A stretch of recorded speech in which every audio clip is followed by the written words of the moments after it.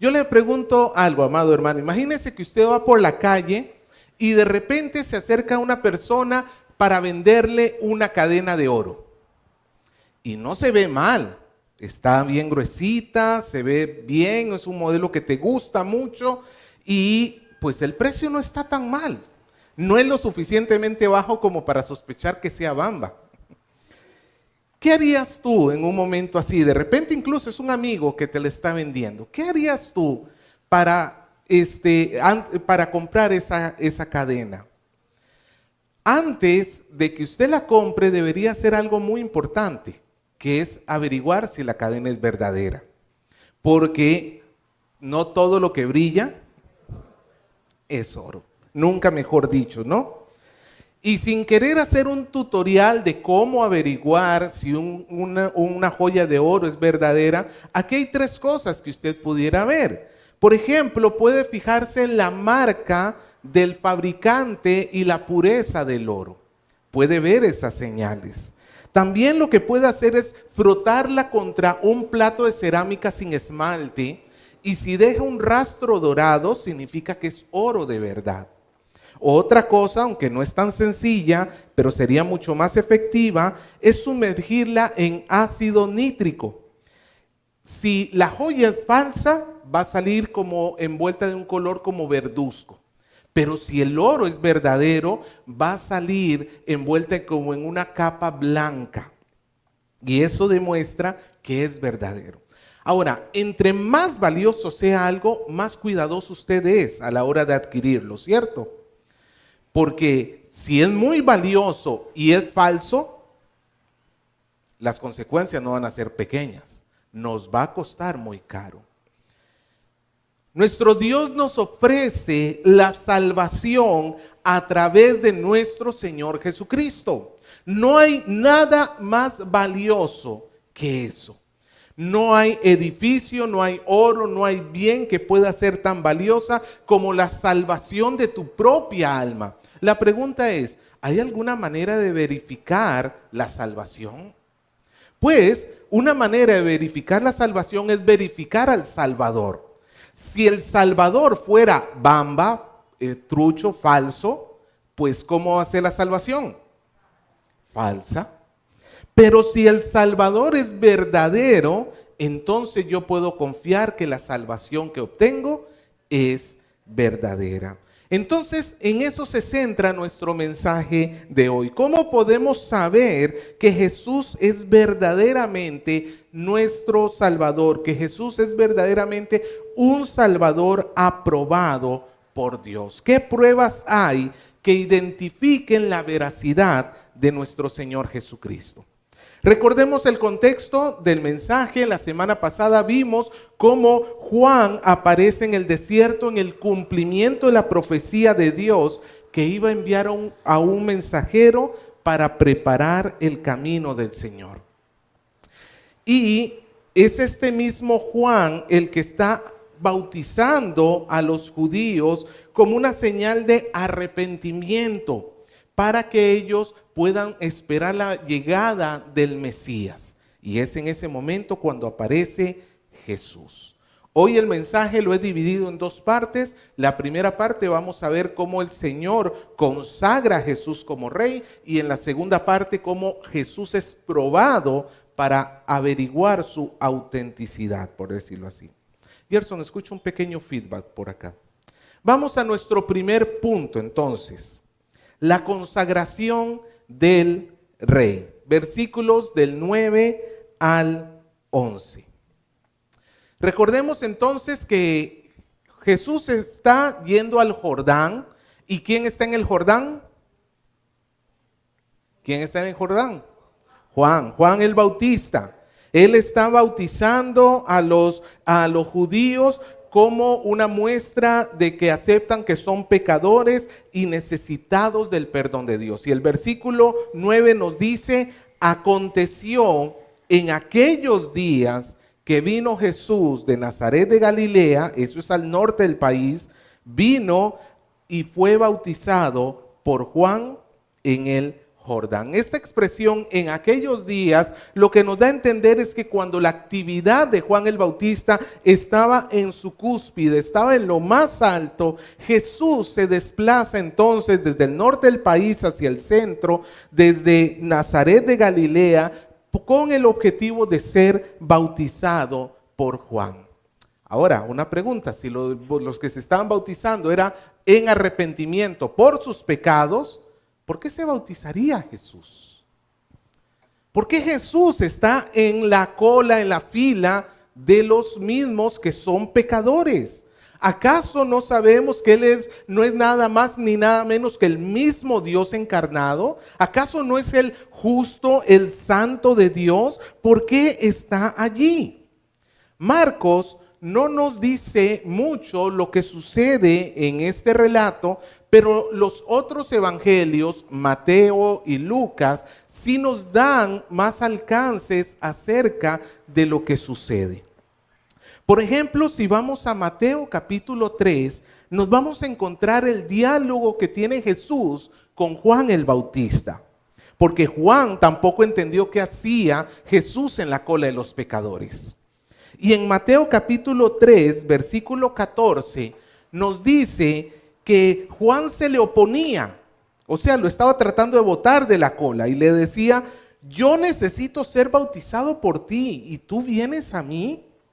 Y la respuesta de Jesús en el versículo siguiente fue, deja ahora, porque así conviene que cumplamos toda justicia. O como diría otra traducción, déjalo así, porque esto es lo que es justo delante de Dios. ¿Por qué era necesario que Jesús se bautizara? Porque en el bautizo todos los pecados tenían que traerse a Dios. El objetivo del bautizo era que se reconociera que el hombre es pecador. Y Jesús está allí en la fila, no en sí mismo porque Él sea un pecador, pero es un hombre, es el hombre, y tras de eso es el hombre escogido por Dios para cargar los pecados de todo el mundo. Como diría Pablo en la primera carta a los Corintios, al que no conoció pecado, por nosotros lo hizo pecado, para que nosotros fuésemos hecho justicia de Dios en Él. Cuando Jesús se bautiza, entonces Él está identificándose con el pueblo pecador. Él está identificándose con en medio del montón de personas que son pecadores delante de Dios, y Él está allí, Él está formando parte de ese grupo. Repito, no porque Él sea pecador, sino porque Él viene a representarlos delante de Dios. ¿Me dejo entender? Él viene a presentarse a sí mismo en sacrificio vivo y santo delante de Dios, pero no en nombre suyo, sino en nombre nuestro. Imagínate esto, nosotros nos encanta que nos asocien con las altas esferas, ¿no es cierto? A nosotros nos encantaría, por ejemplo, que nos asociaran con gente de poder, de dinero. ¿A quién anda buscando asociarse con los pobres y los menesterosos, por ejemplo? ¿Quién anda por ahí buscando asociarse con el malo, con la prostituta, con el sicario? ¿Quién anda buscando asociarse con ellos? Pero sin embargo, nuestro Señor Jesús no vino a este mundo a asociarse con los poderosos, sino con los pecadores.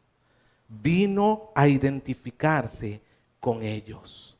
Jesús se bautiza porque se está identificando con la humanidad pecadora y al mismo tiempo nos muestra que Él es consciente de su labor como Salvador. Entonces Jesús baja las aguas y nos dice que en lo que Jesús sube suceden tres cosas muy importantes que tenemos allí en el versículo 10 y 11. Lea conmigo, versículo 10 y 11. Y luego cuando subía del agua, ¿qué fue lo primero que sucedió? Dice, vio abrirse los cielos. Primera cosa que sucede, los cielos se abren. Dos, ¿qué sucede? y al Espíritu Santo como paloma que descendía sobre él. La segunda cosa asombrosa que sucede es que el Espíritu Santo desciende sobre él. Y en el versículo 11, ¿qué sucede? La voz de los cielos que dice: tú eres mi Hijo amado, en ti tengo complacencia. Que dicho sea de paso, aquí tenemos a la Trinidad actuando. Tenemos al Hijo en el agua, al Hijo de Dios, al Espíritu Santo que desciende sobre el Hijo.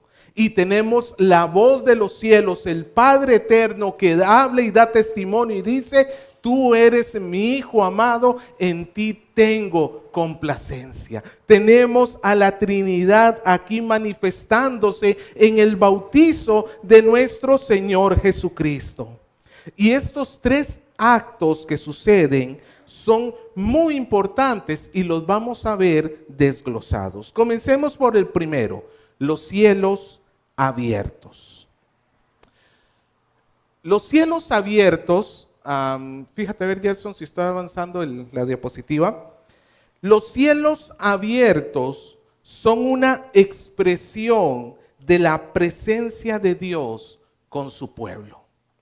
Cuando los cielos se abren, Dios está manifestando que está con su pueblo. Por ejemplo, usted recordará, tienes que minimizar y maximizar. A ver, un segundito para poderlo poner al día. Ok. Bien, vaya buscando por favor Deuteronomio 28:12. Deuteronomio 28:12. Es en la sección donde nos habla sobre las bendiciones y las maldiciones. Bendiciones si el pueblo es obediente, maldiciones si el pueblo es desobediente. Y vea lo que dice Deuteronomio 28:12.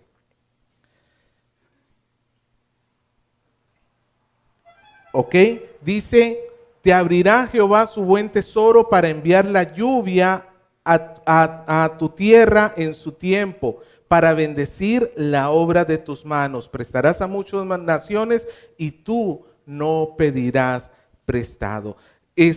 La palabra de Dios nos habla de que el Señor, cuando está en agrado con su pueblo, derrama bendición sobre su pueblo. Los cielos están abiertos. Pero ahora mira conmigo un poquito más abajo el versículo 23. Ahora estamos en la sección de las consecuencias cuando el pueblo es infiel a Dios. Y nos dice: los cielos que estarán sobre tu cabeza serán de bronce, y la tierra debajo de ti será de hierro. Es una expresión que lo que está tratando de transmitir el Señor es: el cielo está cerrado, no hay bendición de Dios para el pueblo que es infiel. La expresión cielos abiertos acá en Deuteronomio entonces nos muestra que es usada para hablar sobre un Dios que tiene un contentamiento sobre su pueblo que es fiel.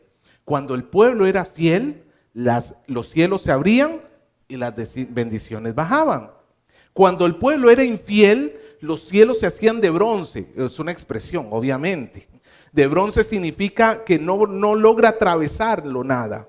Las bendiciones no bajaban y en lugar de bendiciones caía la maldición del Señor. Cuando nuestro Señor Jesús se bautiza, ¿qué sucede con los cielos?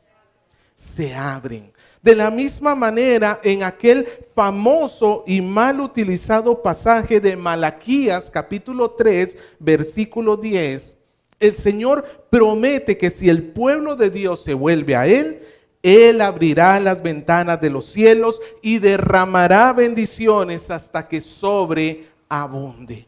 Nuevamente, si hay fidelidad, entonces el Señor abre los cielos y derrama sus bendiciones. O por ejemplo, en Hechos capítulo 7, versículo 56, estaba Esteban, el primer mártir de los creyentes, estaba siendo apedreado por causa de Cristo. Y él, mientras estaba recibiendo las pedradas de aquellas personas, por estar testificando de que Jesús es el Rey, nos dice que Esteban ve los cielos abiertos y al Hijo del Hombre sentado a la diestra de Dios. Una forma como Dios le expresó de que a pesar de que la gente estaba reprobando sus palabras, Dios estaba aprobándolo como testigo suyo, y de esa manera mostró que estaba complacido con Esteban y de su testimonio abriendo los cielos. Entonces la expresión cielos abiertos tiene esa connotación: bendición de Dios, presencia de Dios. O como diría el profeta Isaías en el capítulo 64, versículo 1. Escuche esta exclamación: oh, si rompieses los cielos y descendieras y tu presencia se escurriesen los montes. Ese es el clamor de Israel, porque Dios descienda en medio de los cielos abiertos para traer libertad a su pueblo. Pues en Jesús los cielos se nos abren. En Jesús los cielos se abren porque el que está allí porque es el enviado de Dios, está allí porque es el que Dios comisionó para llevar los pecados del mundo. Algunas personas piensan que cuando se bautiza uno de nosotros, por ejemplo, como los bautizos que vamos a tener acá, los cielos se van a abrir. No, amado hermano, nosotros ya vivimos en la etapa de los cielos abiertos y los cielos nunca se van a abrir por ti. Los cielos se abren por Él. Él es el que abrió los cielos para que sea derramada la bendición sobre nosotros. Los cielos abiertos entonces nos hablan de Dios habitando en medio de su pueblo. Dios ha descendido en la persona de Jesús. Él es la garantía de que los cielos se han abierto para todos los que buscan el perdón de Dios. Los cielos se abren. Y en segundo lugar, ¿qué fue lo que pasó después de los cielos abiertos? El Espíritu Santo desciende como paloma. Esto vamos a verlo en esta siguiente parte. Para que nosotros podamos entender qué significa que Jesús vio y el Espíritu Santo descendió como paloma sobre él, tenemos que nuevamente apoyarnos en los relatos paralelos. Si tú buscas Lucas capítulo 4, versículo 13, vas a ver que Lucas 4:13 nos muestra que Jesús ha regresado después del bautizo y después de la tentación del desierto. Nos dice que regresó a Galilea lleno del poder del Espíritu Santo. Repito, lleno del poder. No significa que Jesús no tenía el Espíritu Santo. Él es Dios. Y el Espíritu de Santo, en otros lugares Pablo le llama el Espíritu de Cristo. No es que el Espíritu Santo recién entra a Jesús en el bautizo, no. Sino que el Espíritu Santo en ese momento le dio el poder que él necesitaba para poder llevar a cabo el ministerio que tenía sobre la tierra. Recuerde que ya han pasado alrededor de unos 30 años en que Jesús ha estado viviendo sobre la tierra y su ministerio no había comenzado.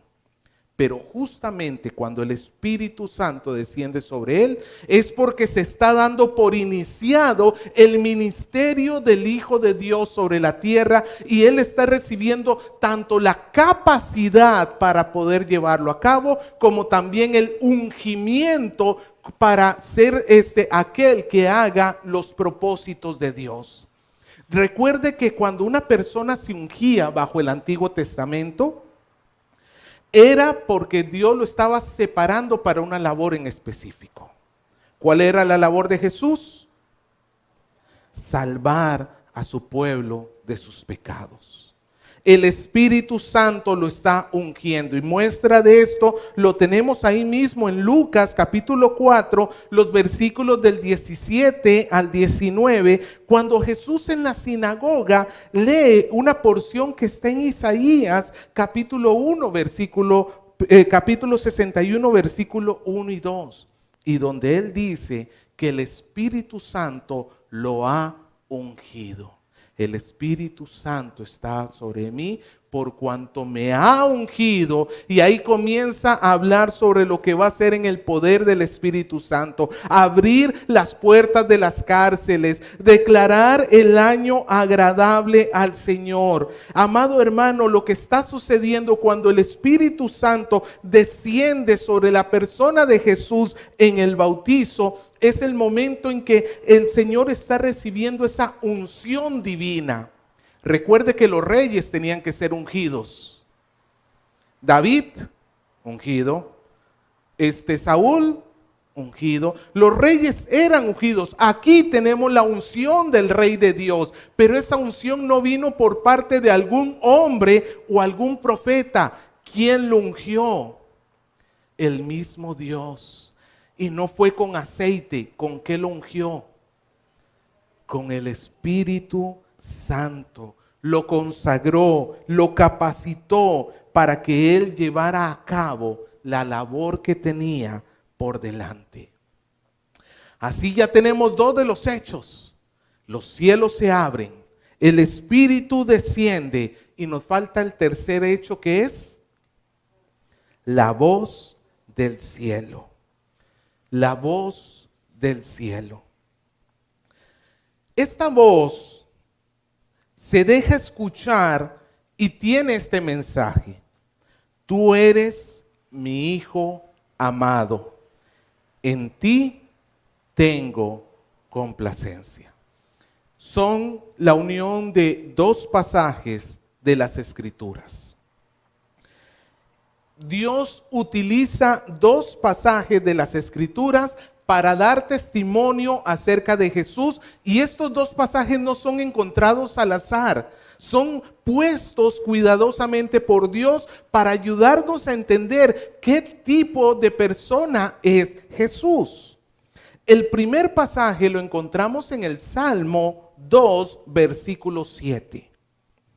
La palabra de Dios dice: yo publicaré el decreto. Jehová me ha dicho, mi hijo eres tú.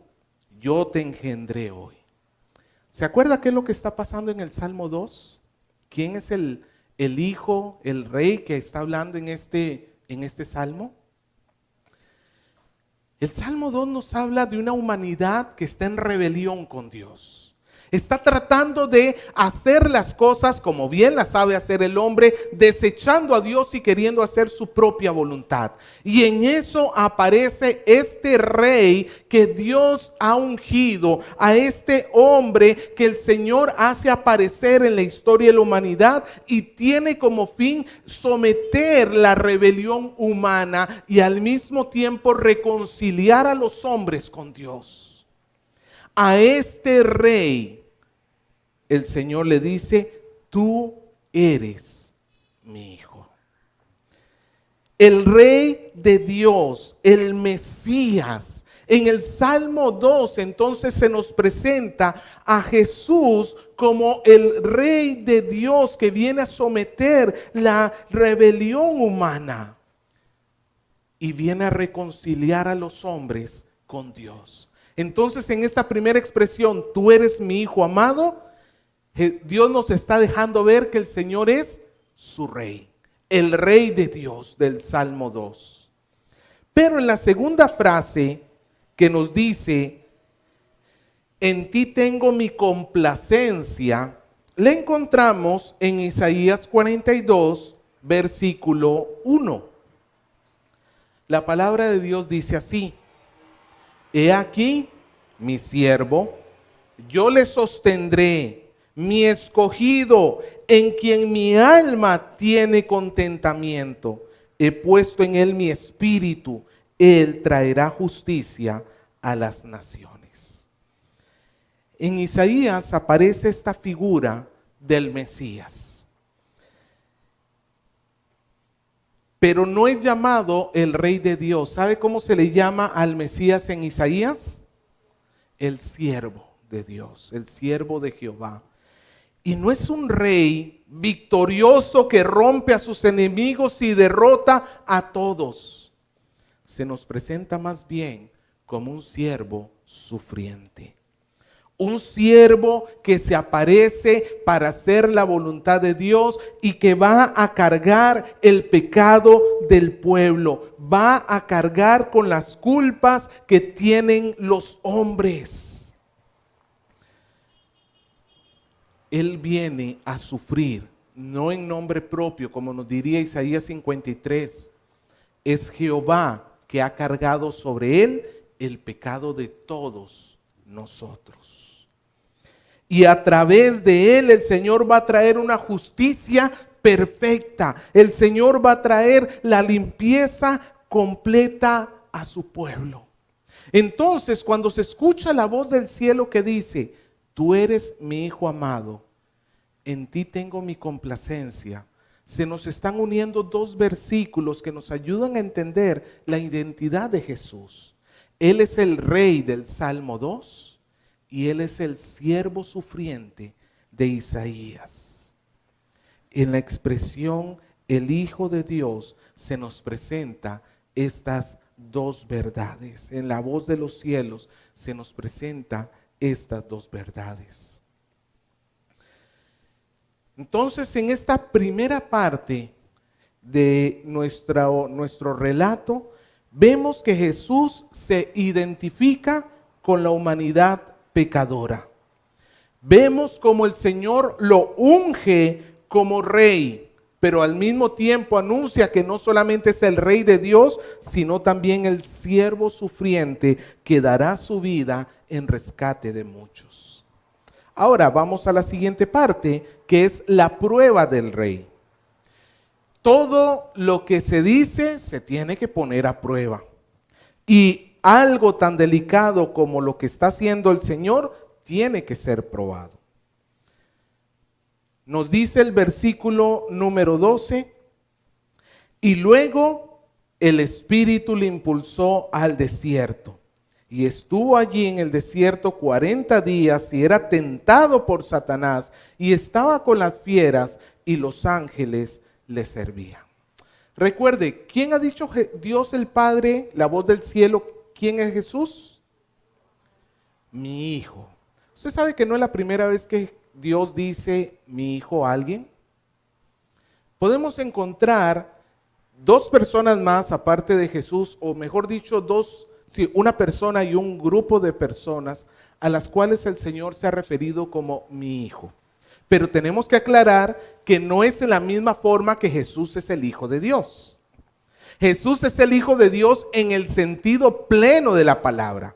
Él es Dios al igual que nuestro Padre. Las demás personas que vamos a ver hoy son hijos de Dios de la manera que usted y yo somos hijos de Dios, por adopción. O en el caso de Adán también por ser creador, porque es la creación de Dios. Y ese es el primero que vamos a ver. Vamos a ver cómo han atravesado los hijos de Dios las pruebas de Dios. Comencemos con Adán. Vamos a ver. Lucas capítulo 3 versículo 8, cuando está hablando la genealogía, Lucas llama a Adán hijo de Dios. ¿Por qué? Porque Dios lo creó. ¿Dónde vivió Adán?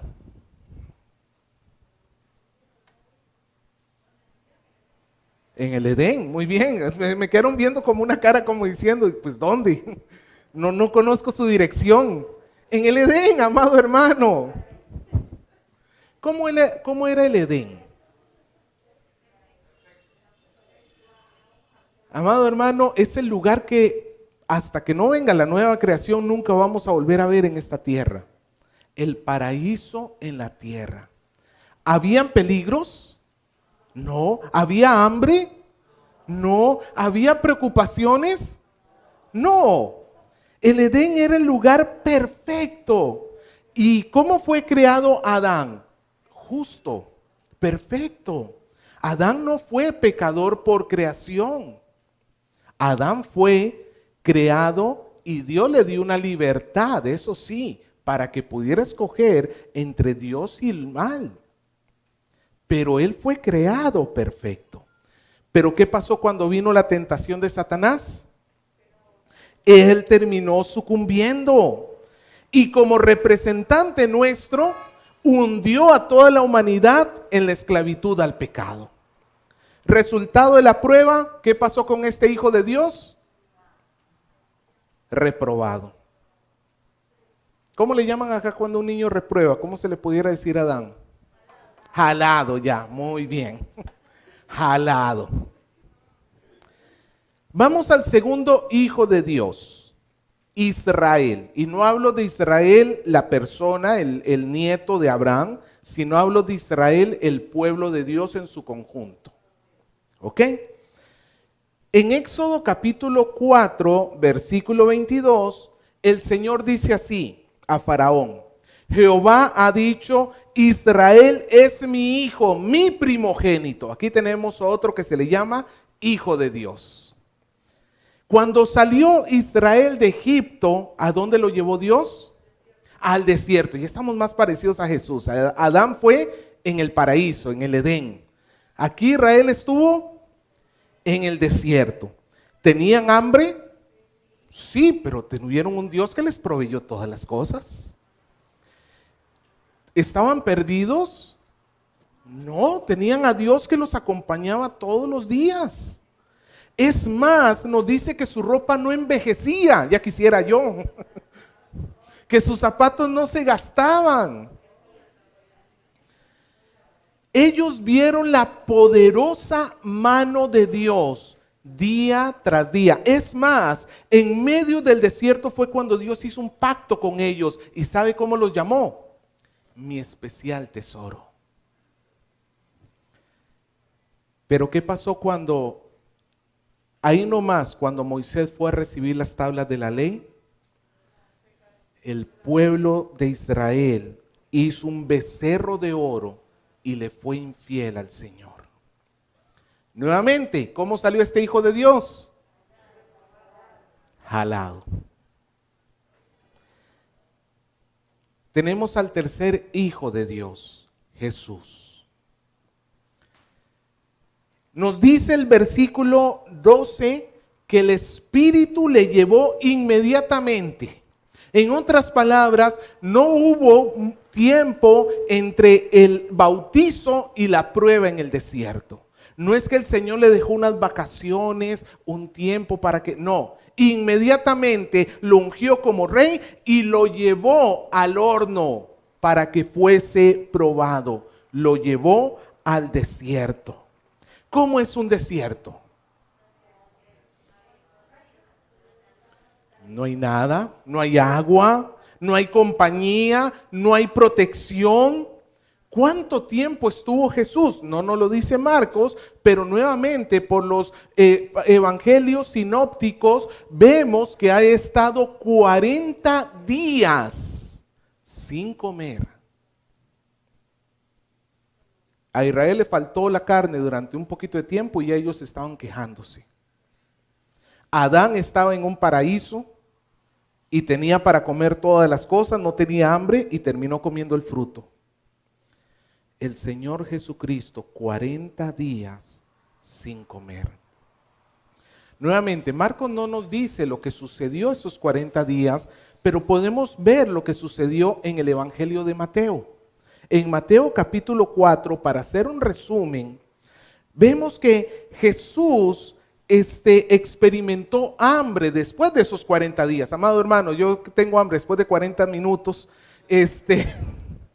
Jesús tuvo hambre después de 40 días de ayuno. ¿Y quién se le presentó? Nada más ni nada menos que el mismo Satanás. O sea, para dejarla clara, no fue el demonio del hambre, que eso no existe, dicho sea de paso. Hoy inventamos demonios de todo. Demonio de dolor de cabeza. ¿Dónde están las escrituras tal cosa? No, no existe. Demonio del hambre tampoco. Tuvo hambre. Y el mismo que se le presentó no fue nada más ni nada menos que Satanás. Amado hermano, pues nosotros no conocemos mucho del mundo espiritual, pero estoy seguro que muchas de nuestras caídas no son directamente por Satanás, sino por alguno de sus principados, potestades, o incluso yo me supongo que a mí me mandan los demás bajo rango.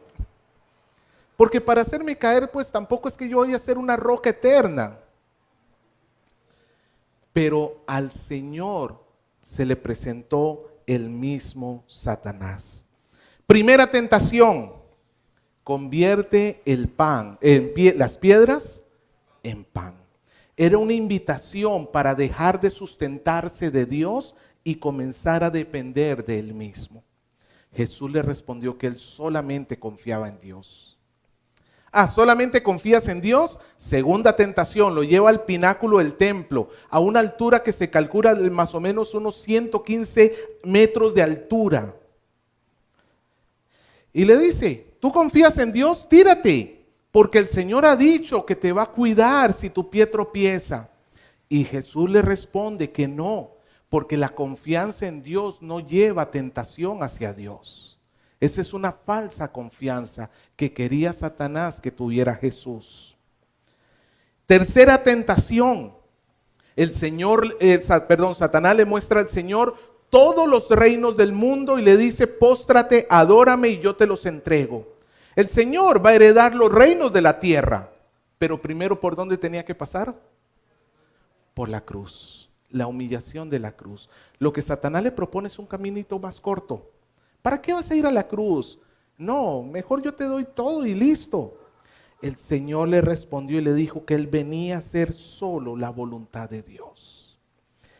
Después de estas tres tentaciones, que no podemos suponer que son las únicas que hubo, son tres que se nos menciona, pero ciertamente debe haber habido muchas. Hebreos nos dice que Jesús fue probado en todo, pero sin pecado.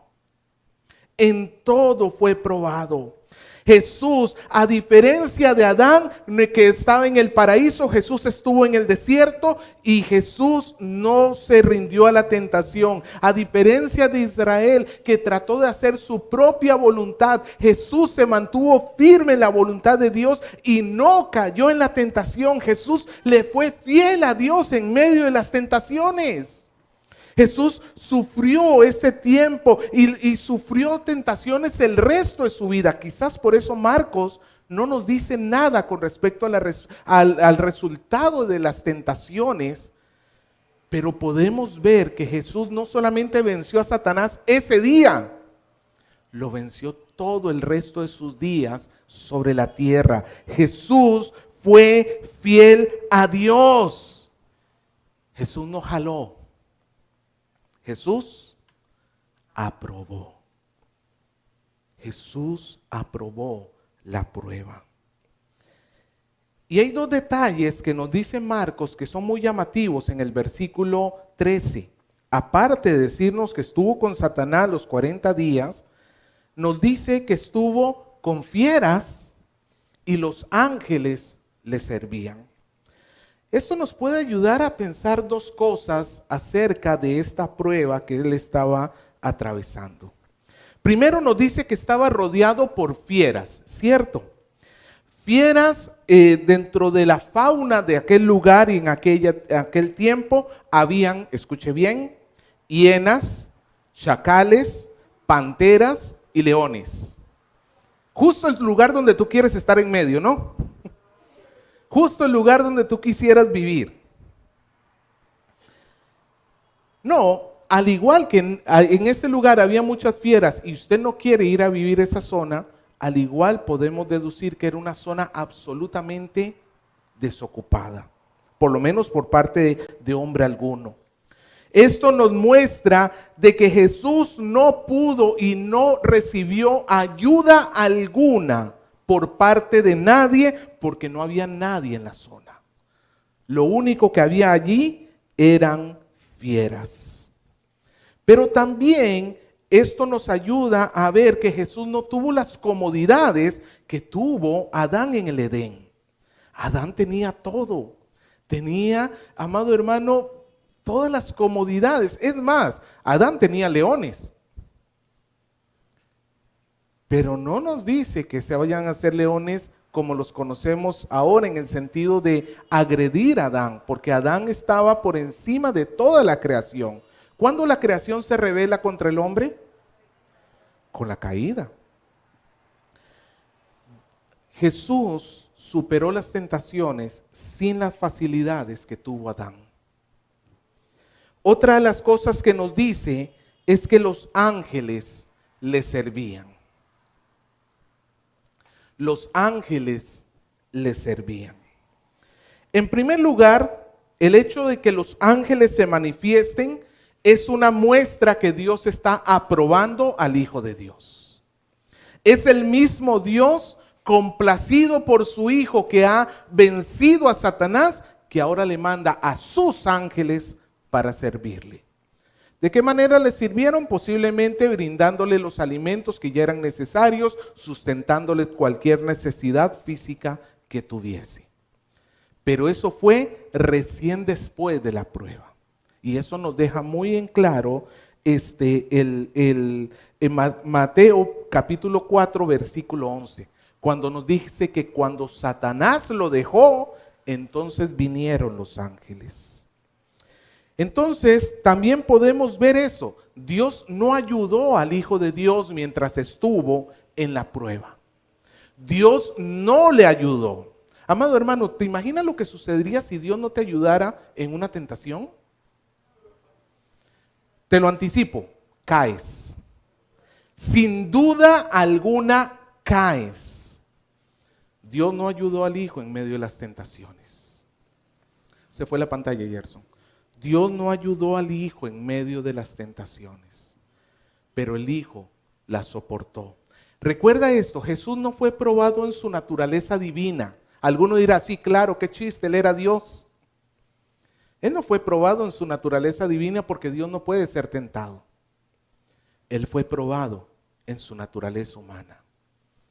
Como si tú o yo recibiéramos esa tentación, pero Él no cayó. Él la soportó. Él aprobó la prueba. Jesús sale del desierto, entonces como el rey y siervo sufriente de Dios, ungido por el Espíritu Santo, probado por el mismo Satanás. Él salió aprobado de aquella prueba y Él viene a convertirse en el rey que viene a salvar a su pueblo por sus pecados. Ese es nuestro Señor Jesucristo. Ahora, ponte a pensar en lo que implica este texto para nosotros. Primero que todo, y nada más rápidamente, quiero aclarar que el bautizo de Jesús no es el mismo bautizo que nosotros recibimos. De la misma manera que el bautizo que hacía Juan no es el bautizo que nosotros recibimos, porque como dijimos la semana pasada, ellos se bautizaban en arrepentimiento, pero sin reconocer a Jesús, porque Jesús todavía no había aparecido. De la misma manera, cuando Jesús se bautiza, no es el mismo bautizo que nosotros recibimos. Esto lo digo porque siempre hay esa esperanza de que cuando yo me bautice, los cielos se van a abrir y el Espíritu va a descender como No, espérate un ratito, párate ahí. Párate ahí, que Dios va a decir, eres mi Hijo amado, en ti tengo complacencia. Es cierto que Dios nos ama, pero la complacencia de Dios no es sobre nosotros, es sobre el Hijo. Así que no es el mismo bautizo. Jesús se bautiza para ser ungido como el Rey Siervo, para identificarse con nosotros los pecadores, para ser el postrer Adán, el Adán del cual todos nosotros descendemos, el que superó las pruebas, el que venció al mismo Satanás, no solamente en las tentaciones, sino también en la cruz del Calvario. Pero no es el mismo bautizo. Cuando nosotros nos bautizamos, lo que estamos diciendo es, Jesús es mi Salvador. Cuando nosotros nos bautizamos, estamos diciendo, yo he sido lavado por la sangre de Cristo y ahora, identificado con Cristo y con su iglesia, formo parte de la iglesia del Señor. No esperes cielos abiertos, no esperes la paloma. Y si ese día en el bautizo por casualidad se nos mete una paloma por la ventana, es mera coincidencia. Nadie vaya ahí a pensar de algo. No, mera coincidencia.